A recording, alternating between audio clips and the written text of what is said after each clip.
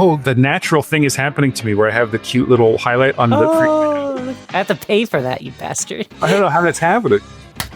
Hi everybody, it's AlsoAshley. Welcome to my YouTube channel. Today, I'm talking with Tyler from the internet. This is an excerpt. After credits cut, we can go to this conversation. One of the more recent things between you and I through Imgur is when I came out to you and I was like, hey, I have this whole other life. You were like, well, where do you post and stuff? And one of the things that came up was, oh, I post on Imgur. I'm not going to tell you my name, etc. And like 60 seconds go by. And then Tyler's like, oh, I fucking know who you are. You're AlsoAshley. What the I wasn't going to bring this up when we were talking earlier because we had a momentum going. But yeah. One of my favorite moments there was you were telling me about what was going on for you. And I got to enjoy being genuinely supportive and over the moon about it. I thought it was incredible. You said that you posted on Imgur, and as you were talking, wait a second, and I went and looked, and I had known about Ashley for years, I want to say, like literally years. And I think I said this to you before. You're gorgeous, but you're also a good cosplayer and you don't suck. And I don't like cosplay. Okay, I shouldn't say that. I don't dislike cosplay. I don't. I have nothing against it. I am 6'9". I don't fit in cosplay. It's not something that I can engage in as readily as other people. I am a nerd and I've never been able to dress like whatever counterculture or sub niche that I've been participating in because they don't make the clothes that fit me. And the one critical thing that I will say is I find a lot of cosplayers annoying. There is an expression on cosplayers' faces right before they there's an expression. I don't know how they do it exactly, but they go from wearing normal clothes and then there's like music playing or whatever, and they're like whatever, and then they transition. They like do a little jump or they do a little thing, and all of a sudden they're in their costume. And there's a look. It's like that bullshit. Yes. So because of that, I don't engage in a lot of cosplay stuff. I love the artistry. Filmmaker, love costume design, love that part of it. I'll watch videos on people making cosplay, but then this whole time there was an exception, which was like there was like two people, and one of them was you, and I didn't know it until you were telling me about stuff, and then you were like, I'm on Imgur, but I won't tell you who I am, and I was like, I know who you are. It was cute. It was very adorable. I loved that. She always seems so familiar. I don't know why she seemed familiar. Now it makes sense. No, literally like that day, a very good friend of mine and both of ours came over. Have I told you this exactly like this, though? I showed him a post. I pulled up Imgur on my phone to him, and he was like, yeah. Then we had to have a conversation about how irritated he was that I was showing you to him because of how much he already knew you. And then eventually he got it. He was, oh, it was great. And both, yeah. It was amazing. I have a thing with faces. What's a good example of this? The Usual Suspects. Mm-hmm. I saw the back of Kevin Spacey. Sorry to bring up Kevin Spacey. Jump scare, trigger warning. But I saw the back of Kevin Spacey's ear in the first shot, and I was like, oh, that's Kevin Spacey. I had this weird thing with faces. I have aphantasia, but I can recognize faces. And so, like, I was also, like, almost shamefaced that I didn't know that was you. This is like my superpower. And that is a really interesting thing about patriarchy in and of itself. I was like, what does it say about me that I have the ability to recognize faces so profoundly that if an actor that's been on exactly 2 episodes of something 20 years ago shows up in sci-fi makeup in a show, I recognize who that is. And so how can I do that, but I totally miss what's going on with my friend? And that made me think about what the patriarchy does, what misogyny, I suppose, does to my brain. Because, I navigate the world as a queer person. I mean, I'm bisexual. It's whatever. But I have all of these friends, and I am in this space, and I am always engaging in this kind of stuff. And I still missed it. And that was a profound moment of reflection that I don't know if we've talked about, but I had later. But I was like, I have a superpower to detect faces, and I never put this together. And is that just because it was so impossible that could possibly be the thing that I missed it altogether, because it's not like I bat 1,000 on the thing I can do on TV shows either. I can miss things context dependent. Or is it just that I suck? Like, I had to like think about that. Here's another aspect that might help rebalance this in your brain as well. This is also a big thing that I've experienced in my fluidity and my presentation, is truly, when you say like gender is a societal construct, we live in a society, that just on its own is actually more powerful than even the folks that argue against me want to think. How you present, how you define yourself visually, verbally, even in just like your own self, like satisfaction, self-confidence, really dictates an image or a presentation for another person who sees you that way, what you're projecting out. And because for years I lived so separately, literally, I like would sever aspects of myself that I would show in one form to you, but not in the other.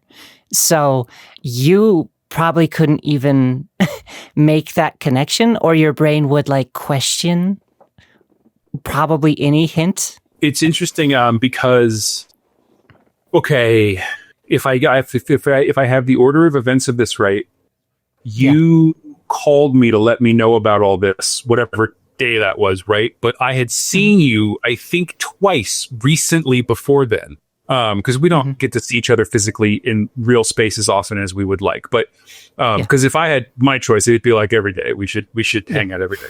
But we had seen each other a couple of times within, I don't know, a month of before that phone call, and I just missed it. I just missed it completely. It was just one of those things where but I know what you mean, like in terms of like the code switching and like how you present yourself and all of that stuff. And, but it's a wonderful example of how much this all is bullshit.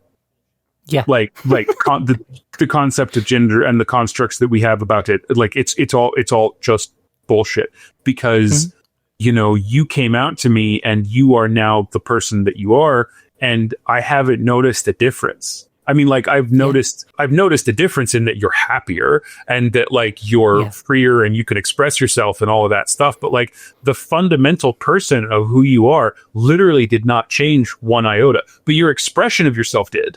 Like that's true. And so there's something interesting there, I think, in how bullshit all of this stuff is. And that's why I say that anybody that has anything less than full fucking throated support of trans people fucking disgusts me, because like who doesn't look in the mirror and see something different than they feel inside? And trans people are the only ones with the temerity, with the courage to like call out the fucking Calvin Bolt bullshit for what it is.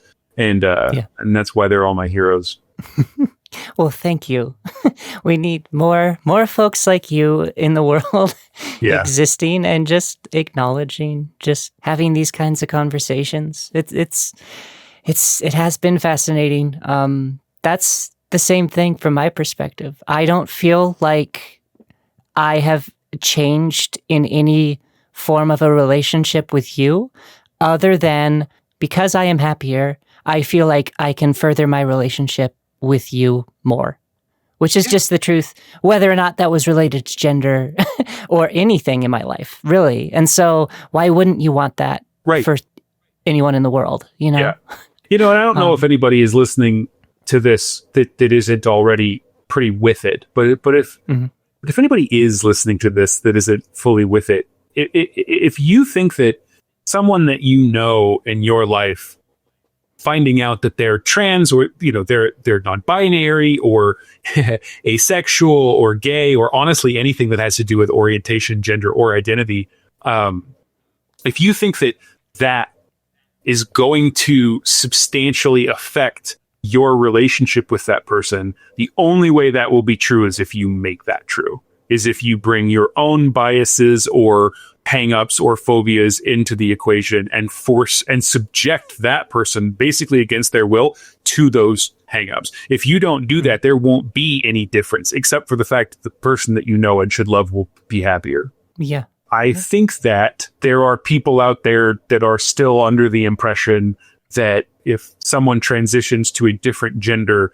there's one moment where they push a button and then there's a Sailor Moon montage, and then their soul leaves their body and a different soul comes into that body and they have all their memories, but it's now a different person, like Buffy and vampire rules or some shit. I think that people think that kind of stuff, and it's just so not true. That has been one of the most fascinating negative reactions I get. What? Is online when I say, oh, trans woman, I'll have a conversation with somebody that's, a little bit aggressive, and I'll realize they seem to be under the impression that me declaring that, like, does exactly what you described. It, like, changes my history or my, like, timeline or something. There's so many folks that don't understand the distinction between biological sex and gender or merge them.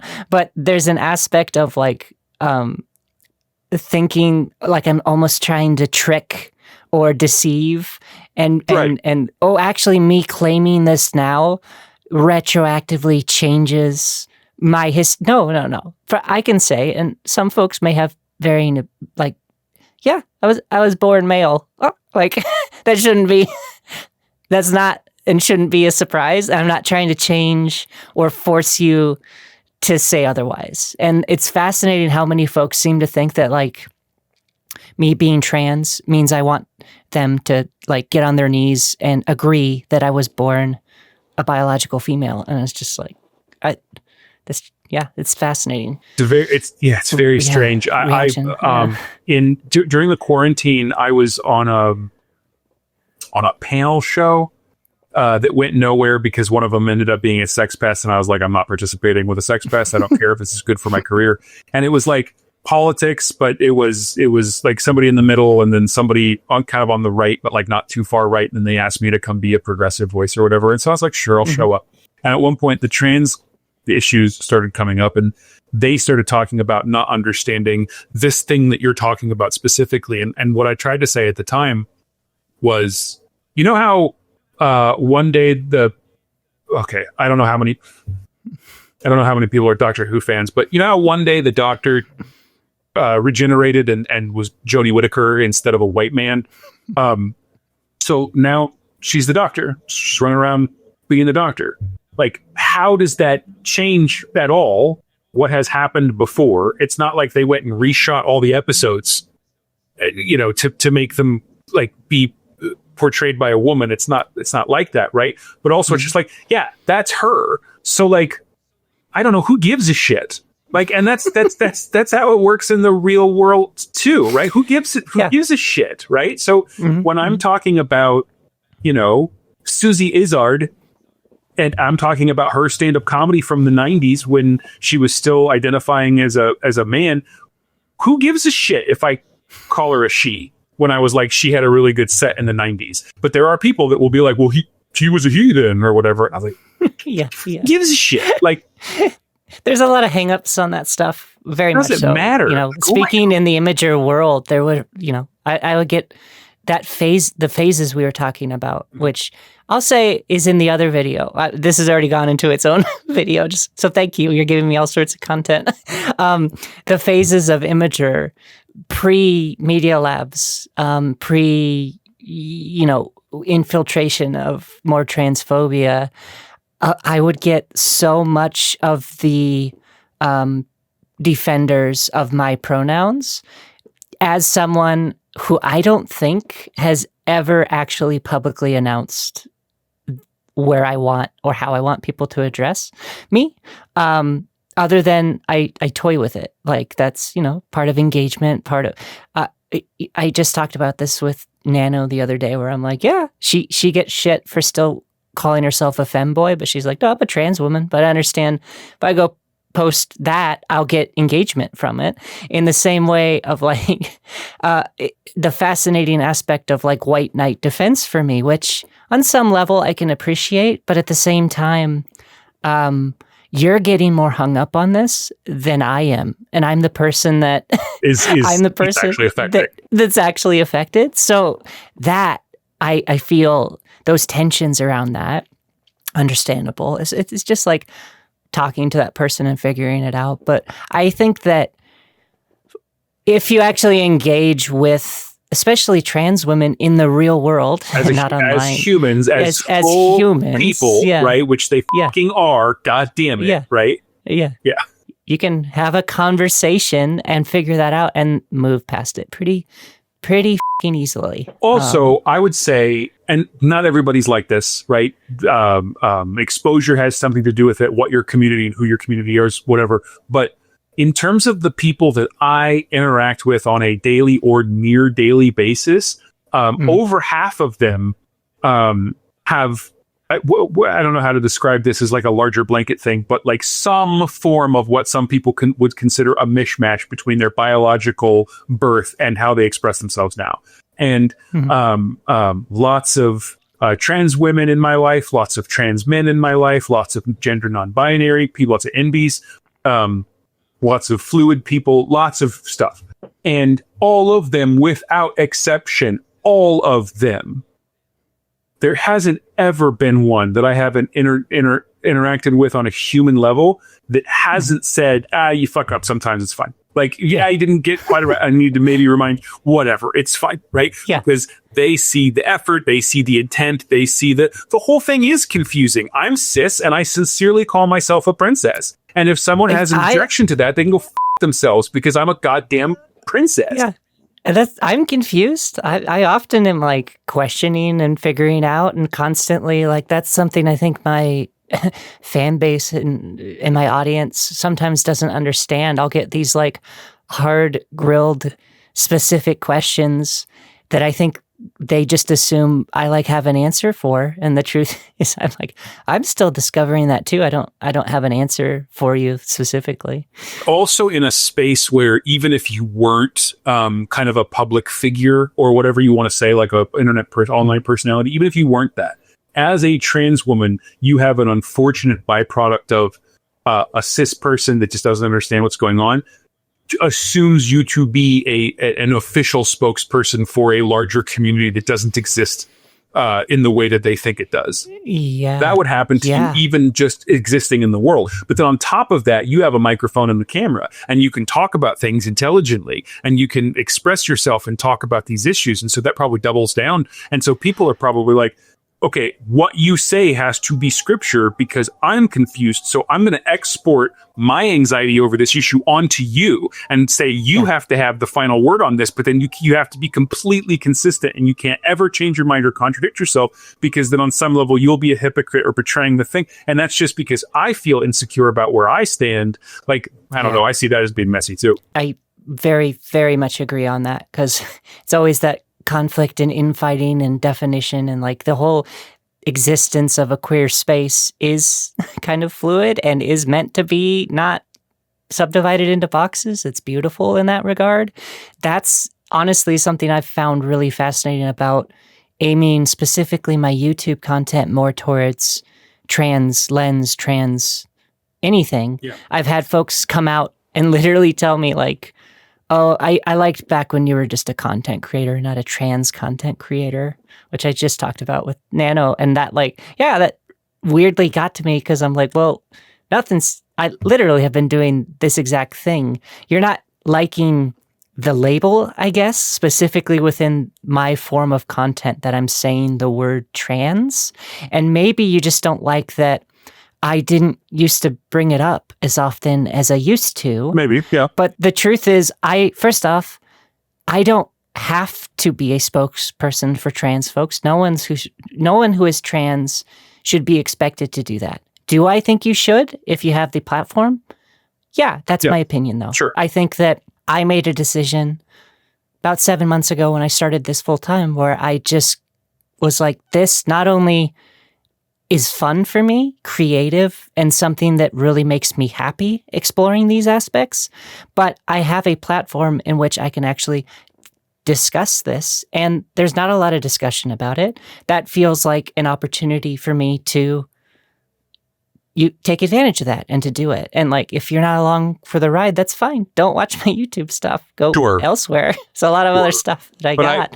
But I would like to say that to all the people that have told you that they liked you better when you were just a content creator and not a trans content creator. You were always a trans content creator. You fucking chuckle fucks. Yeah. You were, that yeah. Really cracks me up. I just could not wrap my head around that. You better when you weren't being who you were. Yeah, it's fascinating because it's like, you know, it's also such a politically charged thing that me just saying it is like I'm picking a side, and I'm like, I don't get to pick the side. Well, unfortunately, my existence puts me where I am. Yes, you have decided that for me. Unfortunately, we live in a time now where there are sides on issues like should people be allowed to live. And so, of course, we're going to be on one side of that pretty definitively. And one of the reasons why I think Democrats and centrists at all are having such a difficulty with everything right now is they can't just get on the side of, people should get to live. And that's kind of up for debate. There's no middle ground there. Yeah, that's the other thing I think that a lot of those folks who are like combative against me don't seem to understand is... Yeah, this is my existence. This is like my livelihood. So as much as I say, like, maybe I don't want to pressure anyone to talking, I feel like, let me walk that back a bit and just say, like, I give that as an option because I don't want folks to, folks who aren't in a position who can do that, put themselves in danger. That's really where I'm sitting. I think if you have the opportunity right now, please, please do. It's just, but you mean that, I mean, I assume you mean that in the context of what the opportunity is, just has a lot of definition to it. I mean, you have to be comfortable in being able to express yourself in a way that you think it can be understood, and you have to not be under any kind of threat, and you have to be, good at communication and comfortable about, I mean, like, someone being cis or trans, if they have stage fright, they shouldn't do a thing. Right, like that's okay, But if you, I'm with you, and I wish that I don't care about the specifics of who you are as a person. If you get this, you should be more vocal about this. Like it should be the thing that you're talking about all the time, and also not putting up with. I posted on Blue Sky the other day my new ethos, which is I am going to try to be as nice as possible to everyone that I interact with, whether that's online or offline. I am going to try to be as nice and as kind as possible to everyone I interact with, as long as I am pretty sure they are 100% in support of trans people and trans rights. And I am also treating anyone with 99% support or less as zero support, and they can go themselves. It's time to pick a side right the fuck now. We don't have time to screw around on this stuff. And so if you're trans or you're cis, if you have anyone that listens to you about anything, speak up about it. Completely agree. And that's where it's crazy for folks to get like weirdly awkward. Like it's weird to get political when I'll say things like, oh, that sucks. Oh, there's measures that might just like make it so trans people can't own guns. And I'm like, like, okay, like, do we want to talk about this at all? Or do you just want to tell me like, oh, just shut up. Don't be political. Like, just shut up. That's not your place. Don't be political. Yeah. That's not why I'm here. That's not why I'm like, no, it is political. I don't have a choice. That's where we're at now. Like it's one day it'd be great. To just be able to exist and feel like I have options, but I don't have options right now. Yeah. I want to live, and I want to live with all of you. Yeah. And that's sad that that's like base level. Or that there's a position on the other side that you can compromise with. Like that's pretty much just the end of the statement. If you don't agree with that, you suck out loud. Like there's not I don't think it's going to happen. I mean, hopefully not on this particular one, but like trans rights are being stripped away en masse. And so when I think back to a year ago when people were saying, we don't have to defend this so rigorously because it's going to stop at sports stuff. It's going to stop at sports issues. Well, now for the first time like ever in this country, they're talking about restricting gun rights. And it's because of trans people. Are you fucking kidding me? And so the NRA has nothing to say about this. They've gotten in front of that train for every other group of fucking people. So like everything being done to you is political, but then your reaction to it is political, and that's the problem, right? Because and then that's where it comes down to. And I've been saying this since 2014. In America, there is white, and then there is political, and then there is straight, and then there is political. There is cis, and then there is political. There's capitalism, then there is political. There's Judeo-Christian values, and then there is political. There is male, and then there is political. That's like the biggest problem that we have about this thing, is that there are a large majority of people that think if you are that cis, white, heteronormative, masculine capitalists aren't political. Like, I don't know what to do with that. That's like as political as you can get. Like, those people have ruined the world. So yeah. It's funny how my brain works, because even my brain is like, well, can I even talk about trans issue? That's how like demented the world is, where I there will still be moments where I'm like, I'm a cis straight white dude. Can I talk about, like, look at me. Can I talk about trans honestly stuff? At some point we should actually have a conversation about that, because I don't know how explicit I've been about this, but so I'm bisexual because I've slept with men and I am attracted to men, but I'm more attracted to women. Like, don't get me wrong. Overall, I am. And the I think at this point, the relationship that I would be looking for is with a woman. But I didn't start calling myself bisexual until 2023. Yeah, maybe 2022. And the reason I didn't is because I didn't feel like I had the right to, because I'm passing as a regular, as a non-political guy, as the thing that I just said on the thing. Yeah. And so I felt like talking about any of this stuff was stolen valor on some level, or participating in the larger queer community, like that I didn't belong because I wasn't gay enough. Right.